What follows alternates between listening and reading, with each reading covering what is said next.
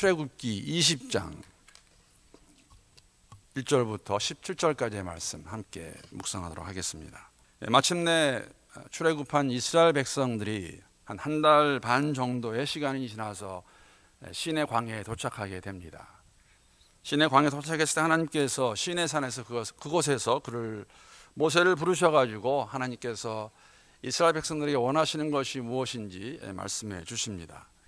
그 내용을 기록하고 있는 건 19장인데 사실 오늘 매일 성경 보게 되면 19장 그 뒷부분을 second half를 보게 되어 있는데 오늘 저는 20장을 묵상하기 때문에 잠깐 19장 그 부분만 정리해서 이렇게 말씀을 드립니다. 시내 산은 우리가 종종 성산이라고 부릅니다. 거룩한 산. 왜 거룩한 산일까? 하나님께서 그곳에 강림하셔서 모세와 함께 대화하십니다.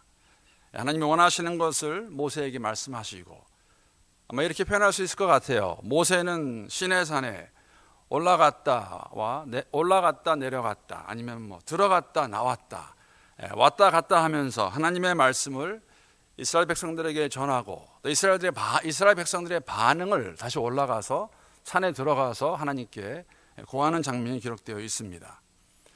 하나님께서 그들에게 말씀하십니다. 내가 언약을 세울 텐데 너희들이 나를 대면하기 전에 옷을 깨끗이 빨고 스스로 정결케 하라고 명령하십니다.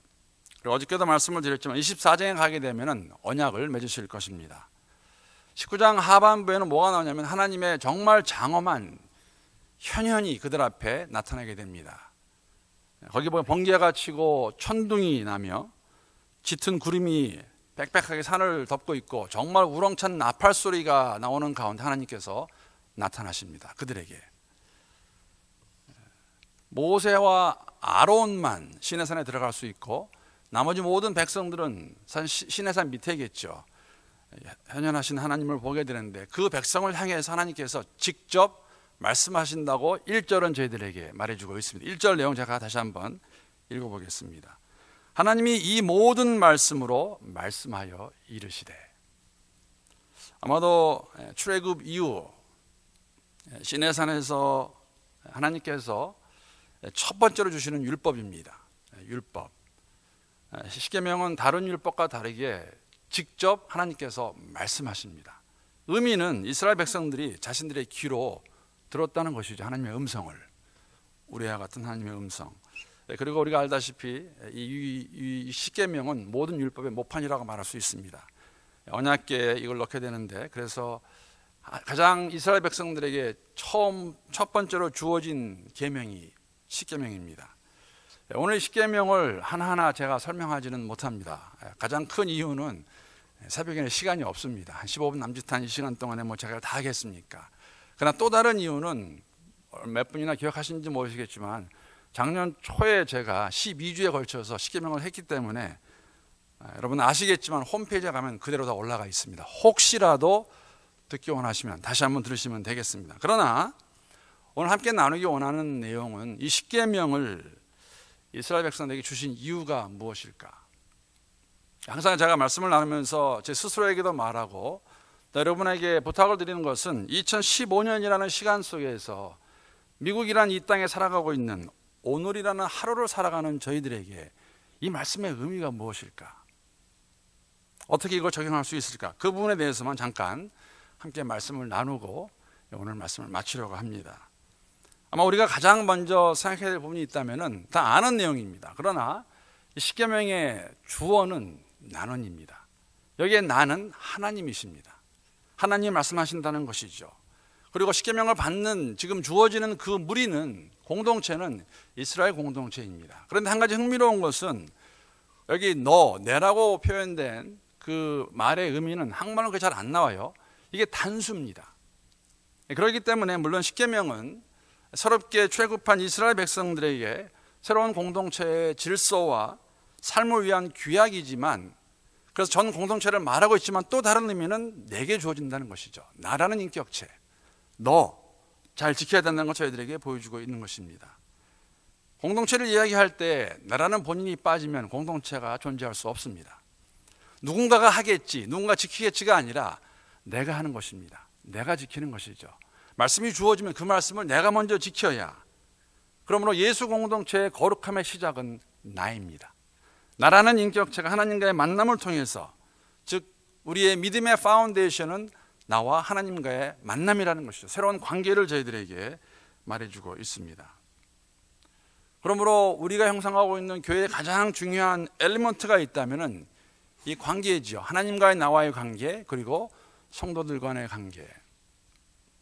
아시는 분도 계시겠지만은 한 달에 한 번 정도 이 지역의 몇 분의 목사님들이 함께 모여서 함께 식사하고 또 이렇게 이야기를 나누는, 교제하는 시간이 있습니다.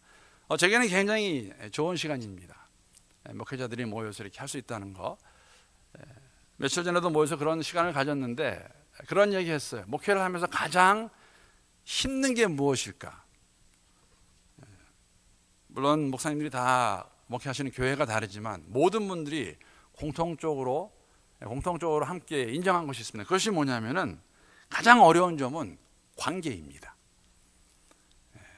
당회와의 관계, 재직들과의 관계, 성도들 간의 관계. 관계가 좋으면 문제가 안 될 것도 문제가 안 되죠. 안 돼야 되죠. 근데 문제가 안 될 것도 관계가 안 좋으면 다 문제가 돼요. 그래서 우리가 그런 이야기를 나눈 적이 있습니다. 여러분, 지금 이스라엘 백성들은 새로운 관계를 맺었습니다. 어떠한 관계입니까? 하나님이 그들의 하나님이 되셨다는 것이죠. 이러한 관계는 그들이 상상도 할 수 없었던 그러한 관계입니다. 이 관계를 바로 이해하지 못하면 십계명은 무의미해집니다. 왜 십계명이 그들에게 주어졌을까? 그것을 바로 알아야 앞으로 그들의 삶이 이방인들의 삶, 특히 이스라엘 백성들이 이집트에 있었을 때에 그때의 삶과 더 나아가서 이집트 사람들과는 구분되는 삶을 살 수 있다는 것이죠.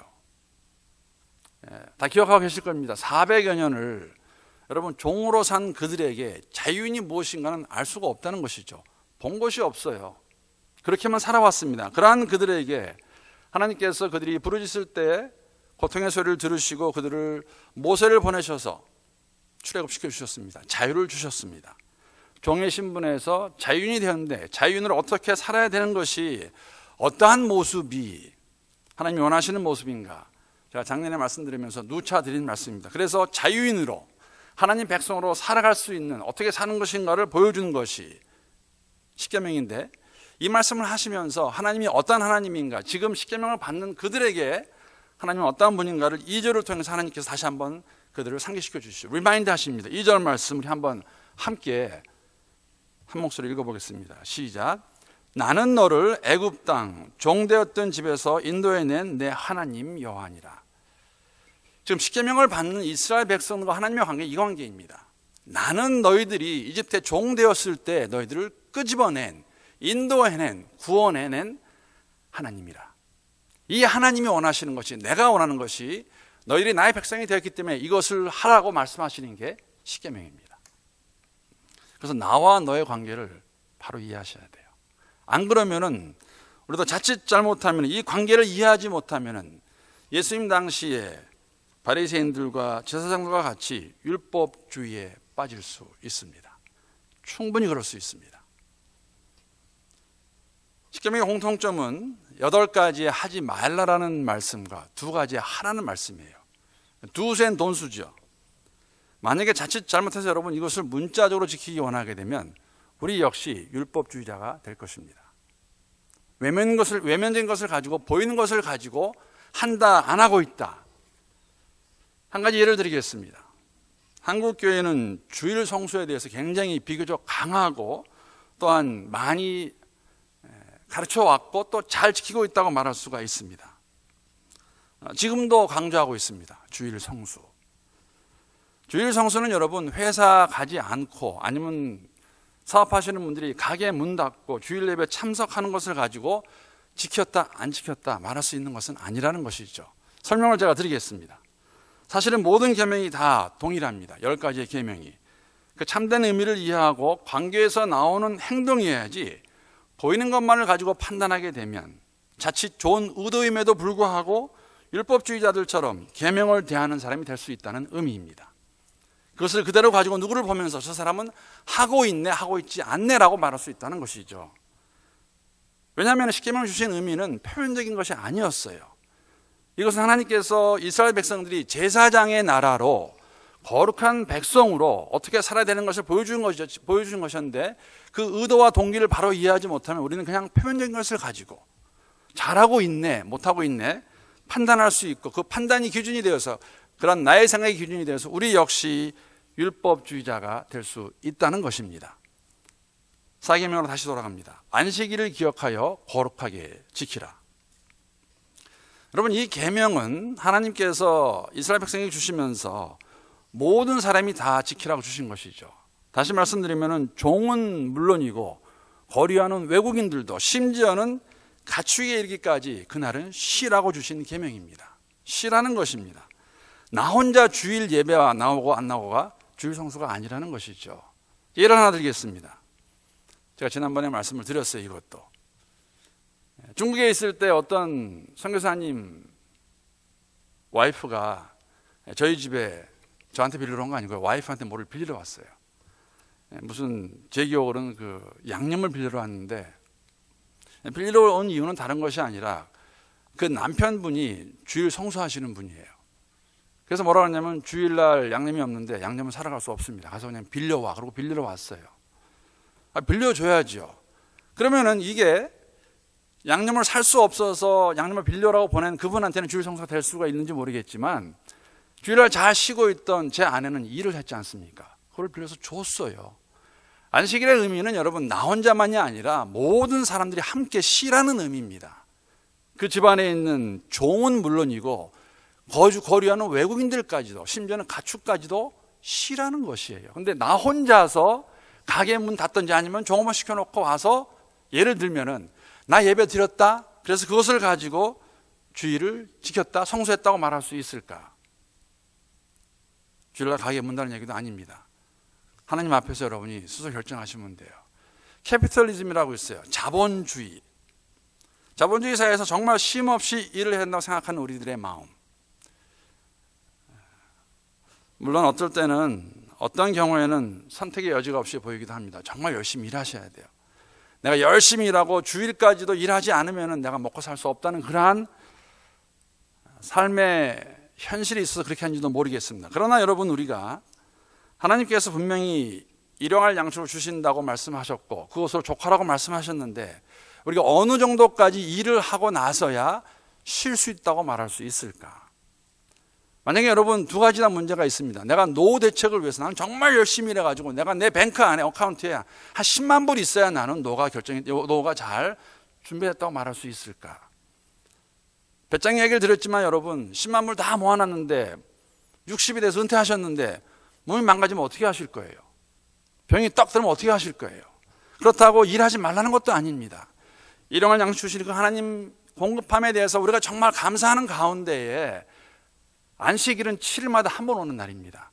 쉬라고 말씀하시는데 무슨 의미일까? 왜 쉼이 필요할까? 우리가 이 땅에서 잘 살아가기 위해서 쉼은 절대 필요하다는 것이죠. 그런데 우리가 주일날 교회 오고 안 오고를 가지고 4계명을 지켰네 안 지켰네 말할 수 있을까? 나 혼자 안 했다고 다른 사람을 일하게 시키면서 말할 수 있을까? 그런 의미로 주신 계명일까? 어떻게 생각하십니까? 10계명도 동일합니다. 10계명을 보기 한 가지만 더 말씀을 드리겠습니다. 자기 것이 아닌 것에 대해서 탐내지 말라고 하셨어요. 자, 이 명령을 듣는 이스라엘 백성들에게 무슨 생각이 들었을까? 아마 이런 생각이 있었을 것입니다. 여러분, 이스라엘 백성들은 지금 출애굽한 지 한 45일밖에 안 돼요. 이 말씀 받을 때 한 2달이 안 된 시간입니다. 바로 얼마 전까지만 하더라도 그들은 이집트에서 종으로 살던 사람입니다. 종으로 살았을 때 하나님께서 그들에게 재앙을 주시죠. 10가지 재앙을 주시는데, 여러분, 10가지 재앙을 당하는 이집트 백성들의 가장 큰 이유 중 하나가 왜 그걸 당했는지 아십니까? 바로의 욕망입니다. 놓지 못하는 그 욕망, 자기 것이 아닌데 너희를 데리고 있어요. 그래서 놓지 못하는 그 욕망이 생각났을 것입니다. 바로의 탐욕으로부터 너희들은 앞으로 그런 구별된 삶을 살아라는 것이죠. 남의 것 탐내지 말라. 요새는 이 욕망까지도 개인의 위대한 비전으로 포장이 되어서, 또 경쟁력이, 이러한 욕망이 경쟁력이 되고 사회가 인정해주고 알아주는 최우선의 값어치로, 가치관으로 변화버리지 않았습니까? 나 할 수 있다, 나 잘한다 하는 것을 우리가 인정해주고 하는 현대 자본주의 사회에서 우리가 그러한 것보다 정말 남의 것 탐내지 아니하고 사람의 생명을 더 귀하게 여기는 가운데 나는 그렇게 살아가고 있는가? 그러한 원리죠. 나는 저거 보면서 난 저거 가지고 싶지 않은데, 그런 정도가 아니라는 것입니다. 우리의 가치관의 문제고, 새로운 관계를 형성한 하나님의 사람들이 어떠한 원리를 가지고 살아야 될 것인가 보여주는 것이죠. 십계명의 내용과 의미, 그리고 적용해야 하는 것은 하지 말라 하라는 그저한 오래된 명령 정도가 아니라 하나님과 우리의 관계를 바탕으로서 우리가 새로운 관계 가운데 하나님의 백성이 되었는데 그 하나님을 믿고 의지하며 살아가는 사람들의 삶의 모습이 무엇인가를 저희들에게 보여주고 있습니다. 여러분, 이 말씀대로 살아가면 이 땅에서 하나님이 주기 원하시는, 준비해 놓으신 풍성한 복을 누리며 살 수 있을 것입니다. 풍성한 복, 하나님과 동행하는 삶.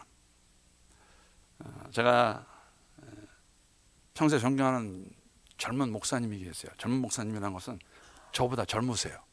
저도 젊지만 그 목사님 개인적으로 제가 알지 못합니다. 다만 제가 그분이 목회하시는 교회에 대해서 이렇게, 왜냐면 그분 그 전에 그 은퇴하신 목사님이 제가 잘 아시는 목사님인데, 그 교회 가시는 목사님인데, 개인적으로는 제가 알지 못합니다. 한두 번 대해봤나요? 그 총회 갔다, 저희 교회 교단, 저희 교회가 속해 있는 교단 목사님인데, 제가 그 목사님 인터뷰한 글을 우연찮게 읽게 되었습니다. 그런데 제가 새로운 사실을 알게 되었어요.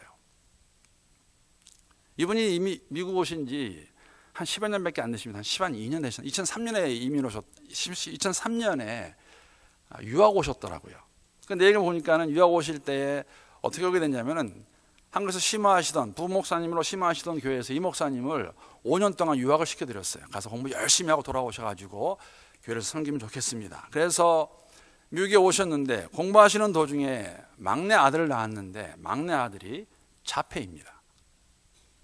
공부 다 끝내셨어요. 공부 다 끝내시고 한국으로 돌아가시길 원하셨는데 이렇게 말씀하세요. 한국에 있는 교회 담임 목사님과 성도들이 뭐라고 하냐면, 목사님 힘들어하지 마시고 자폐가 살기에는 미국이 더 좋습니다. 한국보다는. 그냥 미국에서 아무 부담 갖지 마시고 열심히 목회하십시오. 그 말을 들었을 때 그 목사님이 두 가지를 말씀하셨어요. 하나는 뭐냐면은, 야, 이게 교회구나. 교회가 나한테 5년 투자했는데 이렇게 되었지만은 정말 따뜻하게 목사님이 괜찮습니다.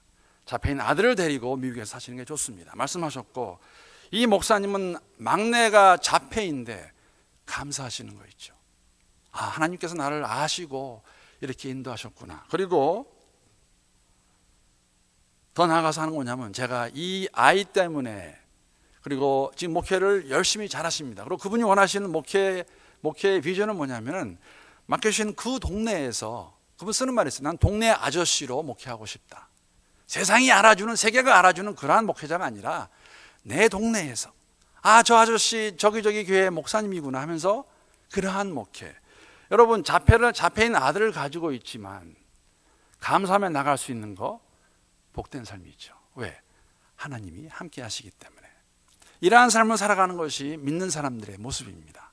임마누엘로 우리 함께 동행하신 그 하나님과 함께 걸어가는 삶, 그러한 삶을 걸어갈 때, 그러한 삶을 살아갈 때 하나님께서 이렇게 살아라 주신 말씀이 십계명입니다. 너희가 믿는, 너희가 따르는 하나님은 이러한 하나님이다. 오늘도 말씀 안에서 우리가 함께 성령의 인도하심 가운데 승리하는 우리 모두가 될 수 있기를 우리 주님의 이름으로 축복합니다.